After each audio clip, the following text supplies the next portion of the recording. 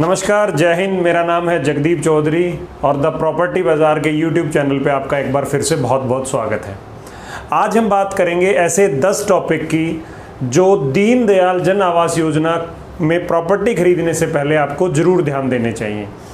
अगर आपको दीनदयाल जन आवास योजना की पूरी पॉलिसी के बारे में नहीं पता है, आपको नहीं पता क्या ये पॉलिसी सरकारी है, इस पे सब्सिडी मिलती है कि नहीं मिलती, आपको लेना चाहिए या नहीं लेना चाहिए, इसका अलॉटमेंट प्रोसेस क्या होता है, तो आप हमारी इससे पहले वाली वीडियो ज़रूर देखिएगा जिसमें दीनदयाल जन आवास योजना के बारे में कंप्लीट डिटेल आपको दी गई है।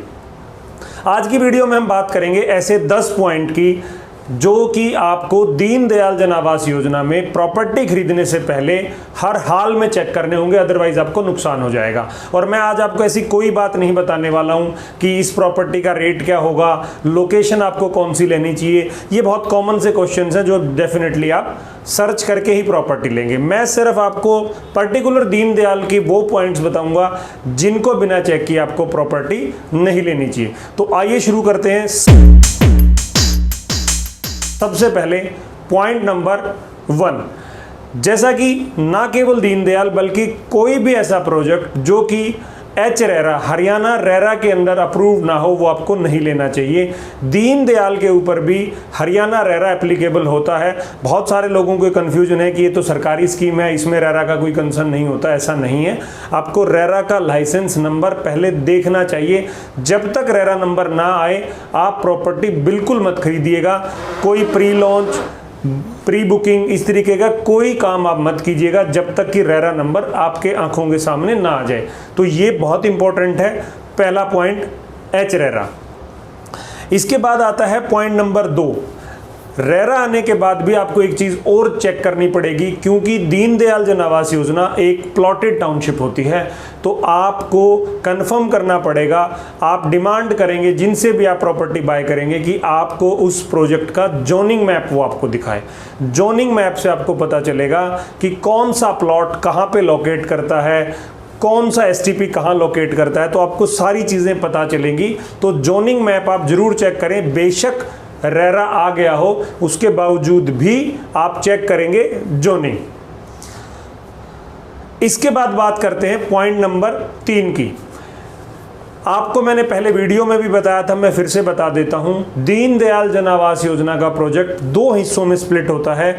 50% ऑफ प्रोडक्ट आप एज बिल्डर पहले सेल कर सकते हैं विदाउट कंप्लीशन, और 50% प्रोडक्ट जो है वो आप तब सेल कर सकते हैं जब आपका कंप्लीशन सर्टिफिकेट आ जाता है। मतलब आपका बिजली, पानी, रोड, सीवर, स्ट्रीट लाइट, आपका प्रोजेक्ट पूरा हो चुका होता है और कंट्री एंड टाउन प्लानिंग आपको कंप्लीशन सर्टिफिकेट इशू कर देता है। तब आप 50% प्लॉट को या फ्लैट को जो बिल्डर फ्लोर बनाते हैं उनको सेल कर सकते हैं। तो आपको ध्यान रखना है कि आप फ्रिज प्रॉपर्टी ना बाय करें।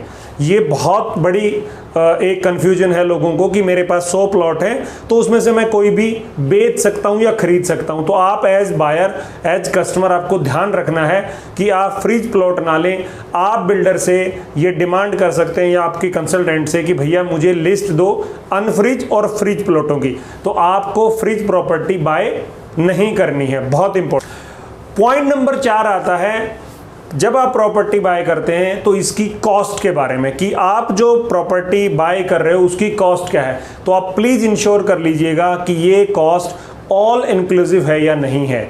इसके अंदर ईडीसी, आईडीसी या किसी तरीके का अदर डेवलपमेंट चार्ज इंक्लूड है या एक्सक्लूड है। प्लॉट के ऊपर अभी तक हरियाणा में जीएसटी एप्लीकेबल नहीं होता है, तो जीएसटी को आप छोड़ दीजिएगा। बाकी कोई चार्ज आप जरूर कंफर्म कीजिएगा कि किसी तरीके का कोई अलग से वैट या कोई सेस या ईडीसी या आईडीसी अलग से तो नहीं है। ऐसा ना हो कि आज आपने प्रॉपर्टी बाय की एक्स अमाउंट पे और पोजीशन के बाद आपको पता चले कि आपको एक्स प्लस अमाउंट पे करना पड़े। तो आप प्लीज़ इंश्योर कीजिएगा अपने कंसल्टेंट और बिल्डर से कि जो प्राइस की वो डिस्कशन कर रहे हैं क्या वो ऑल इंक्लूसिव है या उसके ऊपर कोई चार्जेस हैं। तो ये एक इंपॉर्टेंट पॉइंट है, इसको आप प्लीज़ नोट। पॉइंट नंबर 5, ये बहुत इंपॉर्टेंट है। मैंने पहले कहा आप जोनिंग मैप चेक कीजिएगा। आपका प्लॉट का साइज रेगुलर शेप में है या नहीं है। बहुत बार ऐसे होता है कि एक टाउनशिप में मान लीजिए 100 प्लॉट हैं, इसमें से 5 प्लॉट या 10 प्लॉट अनइवन शेप में होते हैं, वो तिरछे होते हैं, टेढ़े होते हैं, कटे होते हैं। आपको ध्यान करना पड़ेगा कि आपके प्लॉट का साइज रेगुलर है या नहीं है। ये कैसे पता करेंगे? इसके लिए आप बिल्डर से डिमांड कीजिएगा अप्रूव्ड मैप, वहां से आप डायमेंशन निकालिएगा आपके प्लॉट की, जो भी आप बाय कर रहे हैं, कि उसकी लंबाई क्या है, उसकी चौड़ाई क्या है। जब तक आपके सामने ये चीजें ना हो, आप किसी एक्साइटमेंट में या किसी मार्केटिंग प्लानिंग के अंडर आके आप प्लॉट बुक मत कीजिएगा। हो सकता है वो प्लॉट अनइवन शेप में हो और बाद में आपको पछताना पड़े, क्योंकि आपको पता है मार्केट में अनइवन शेप के प्लॉटों की कॉस्ट और उसको सेल करने में बहुत बड़ी दिक्कत होती है। तो ये बात आपको नोट करनी पड़ेगी। पॉइंट नंबर 6, ये भी बहुत इंपॉर्टेंट है। जब आप मैप चेक करेंगे तो आपको ये चेक करना पड़ेगा कि इस टाउनशिप के अंदर इसका सीवरेज ट्रीटमेंट प्लांट कहाँ है, इसका ओवरहेड टैंक कहाँ है, इसका यूजीटी कहाँ है, अंडरग्राउंड वाटर टैंक कहाँ पे है। कहीं ऐसा तो नहीं कि आप नहीं लेना चाहते हो और आपका प्लॉट उसके सामने या उसके पीछे या उसके साथ में आ गया है।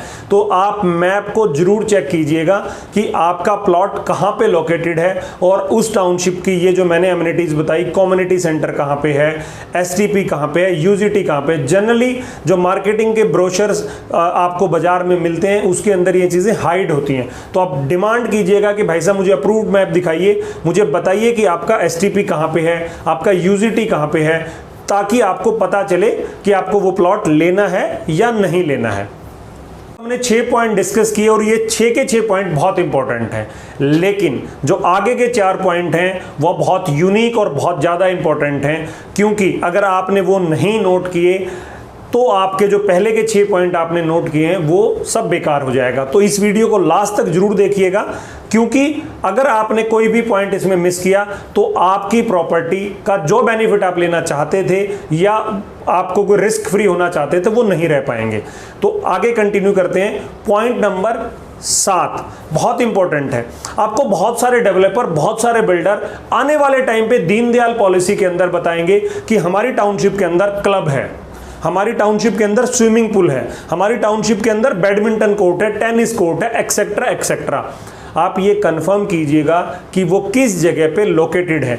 ऐसा ना हो कि जो कम्युनिटी स्पेस आपको देना है, गवर्नमेंट को हैंडओवर करना है 10% ऑफ टोटल लाइसेंस एरिया। जी हाँ, दीनदयाल के अंदर बिल्डर को लाइसेंस एरिया का 10% एरिया गवर्नमेंट को free of cost as community area देना होता है। बहुत सारे बिल्डर उसी एरिया को आपको कम्युनिटी सर्विसेज के रूप में दिखा देते हैं, कहीं पे भी छोटा सा टीएनसी मार्क करके कि इसके अंदर हम बनाएंगे। तो आप पहले चेक कीजिएगा, क्योंकि वो एरिया के अंदर कोई डेवलपर क्लब, स्विमिंग पूल इस तरीके की चीजें नहीं बना सकता है। तो आपको नोट करना है, ये क्लब के नाम पे, इन एमिनिटीज के नाम पे बिल्डर प्रॉपर्टी की कॉस्ट बढ़ा देते हैं कि हमारी टाउनशिप के अंदर XYZ एमिनिटीज हैं। तो आप प्लीज इन बात को इंश्योर कीजिएगा। नंबर 8, जब भी आप दीनदयाल में कोई प्रॉपर्टी बाय करते हैं तो आप कोई मार्केटिंग मटेरियल आपको दिखाया जाता है। हो सकता है वो ब्रोशर हो सकता है वो फ्लायर हो सकता है वो एक ऑफिशियल मेल से मेल हो। मैं आपको जो बताने जा रहा हूं उसको ध्यान से सुनिएगा। कोई भी मार्केटिंग मटेरियल जो कि आपको डेवलपर या बिल्डर से डायरेक्टली मिलता है, जिसके अंदर बिल्डर का रजिस्टर्ड एड्रेस नोट होता है, वो आपको संभाल के रखना है। जी हाँ, हो सके तो आप कोशिश कीजिएगा कि बिल्डर की ऑफिशियल मेल आईडी से भी आप वो ब्रोशर ले लीजिए, क्योंकि सबके पास सॉफ्ट कॉपीज होती हैं। ये मैं इसलिए कह रहा हूं क्योंकि आज के दिन रेरा का नॉर्म्स ये कहता है कि आपका जो भी मार्केटिंग मटेरियल्स, चाहे वो ब्रोशर हो, लीफलेट हो या आपने मेल किया हो, अगर आपने कमिट किया है तो आपको डिलीवर करना पड़ेगा। तो ये चीज़ आपको संभाल के रखनी है कि आपको अगर बिल्डर बोल रहा है कि यहाँ पे मैं क्लब दे रहा हूँ, यहाँ पे मैं पार्क दे रहा हूँ, यहाँ पे मैं स्ट्रीट लाइट दे रहा हूँ, यहाँ पे कम्युनिटी, कुछ भी वो बता रहा है एमिनिटीज, उनके मार्केटिंग मटेरियल्स को आप सेव करके रखिएगा अपने सिस्टम में या हार्ड कॉपीज को। अगर कल को वो ऐसी चीजें डिलीवर नहीं करता है तो आपके पास एक लीगल एक्शन लेने का राइट हमेशा होता है, चाहे वो कंसल्टेंट के अगेंस्ट हो, चाहे वो डेवलपर के अगेंस्ट हो। तो अगर आपके पास कोई एविडेंस होगा तो चीजें, पहली बात तो यह कि जब आप चीजें मांगेंगे तो सामने वाला सच बता देगा, क्योंकि सबको पता है अगर आप ये चीजें डिमांड कर रहे हैं तो इट मीन्स आप अवेयर कस्टमर हैं, आप जानकार कस्टमर हैं। तो हमेशा मार्केट मटीरियल मटेरियल जिसके ऊपर बिल्डर का ऑफिशियल एड्रेस, ईमेल आईडी, चीजें नोट हो, वो मांग कीजिएगा। Point number 9, payment plan. जैसा कि आपको पता है दीनदयाल जन आवास योजना प्लॉटेड टाउनशिप है और इसके अंदर आपको जनरली प्लॉट मिलते हैं या आपको बिल्डर फ्लोर मिलते हैं। पेमेंट प्लान की मैं जो बात कर रहा हूं, मैं स्पेशली बात कर रहा हूं प्लॉट के लिए। पेमेंट प्लान को ध्यान से चेक कीजिएगा। डेवलपर पेमेंट प्लान इस तरीके से बनाता है कि वो जमीन जो खाली लैंड है वो खाली लैंड ही रहती है, लेकिन आपको पेमेंट 50% या 60% तक देनी होती है। तो इन चीज़ों को आप इंश्योर कीजिएगा कि पेमेंट प्लान क्या है। पेमेंट प्लान इस तरीके का नहीं होना चाहिए बुकिंग 10%, 1 महीने बाद 10%, 2 महीने बाद 10%, स्टार्ट ऑफ कंस्ट्रक्शन में 10%, start of plot demarcation 10%। Plot of demarcation का मतलब हुआ कि कुछ भी काम नहीं हुआ है, एक छोटा सा बोर्ड, शाइन बोर्ड जमीन के ऊपर लगा है कि ये प्लॉट नंबर 1 है, ये प्लॉट नंबर 2 है और आपकी जेब से पेमेंट चली गई है 50%। तो आप इंश्योर कीजिएगा इस तरीके की पेमेंट प्लान से बचने का। हाँ, पेमेंट प्लान आप डिस्कस कर सकते हैं बिल्डर के साथ बैठ के। हो सकता है बिल्डर आपको कुछ रिलैक्सेशन दें, 50-50 का पेमेंट प्लान हो सकता है, 30-70 हो सकता है, या कंस्ट्रक्शन लिंक या डेवलपमेंट लिंक पेमेंट प्लान हो सकता है। तो पेमेंट प्लान को इंश्योर कीजिएगा। बहुत बार ऐसा होता है कि हम बोलते हैं पेमेंट प्लान, मैंने प्लॉट खरीदा है, मुझे 1 साल में पेमेंट करनी है। हमें 2 महीने बाद पता चलता है कि बिल्डर 50% डिमांड कर चुका है। तो हमें अवेयर होना चाहिए हम लोगों को कि हमें पेमेंट कितने टाइम पे कितनी देनी है। तो आप पेमेंट प्लान को जरूर ध्यान से देखिएगा। Point number 10, last but not list, bank loan.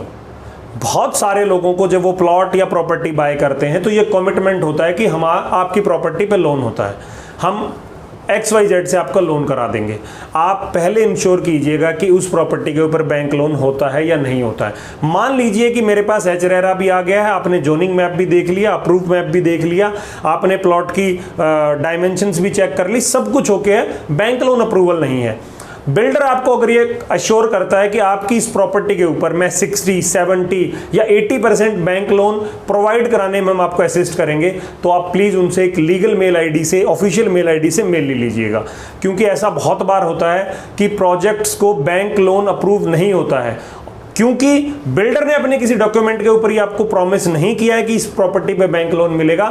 वो आपसे पेमेंट डिमांड करेगा, अगर आप मना करेंगे तो वो इंटरेस्ट भी लगाएगा और हो सकता है कि आपकी प्रॉपर्टी को वो कैंसिल कर दे, जिसमें आपके 20% या 30% या 40% पेमेंट गई होगी और आप कोई लीगल एक्शन नहीं ले सकते, क्योंकि बिल्डर ने किसी लीगल डॉक्यूमेंट के ऊपर ये प्रूव नहीं किया था कि इसके ऊपर आपको बैंक लोन मिलेगा।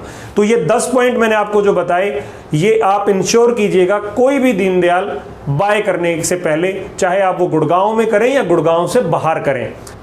ये थे 10 पॉइंट जो दीनदयाल जन आवास योजना को खरीदने से पहले आपको इंश्योर करना पड़ेगा। फिर भी अगर आपको किसी भी पॉइंट के ऊपर कोई कंफ्यूजन होता है या आप उसके और क्लियरिटी चाहते हैं तो आप हमें कमेंट बॉक्स में ज़रूर बताएं। अगर हमें लगेगा तो हम उसके ऊपर फिर से एक अलग वीडियो बनाएंगे। आप दिए गए नंबर पे कॉल भी कर सकते हैं। हम पिछले 4 साल से दीनदयाल जन आवास योजना पे वर्क कर रहे हैं। आपको किसी तरीके की कोई कंफ्यूजन होती है, आप प्लीज़ कमेंट कीजिएगा। अगर आपको ये वीडियो पसंद आए तो इसको लाइक, सब्सक्राइब और शेयर जरूर कीजिएगा। नमस्ते, जय हिंद।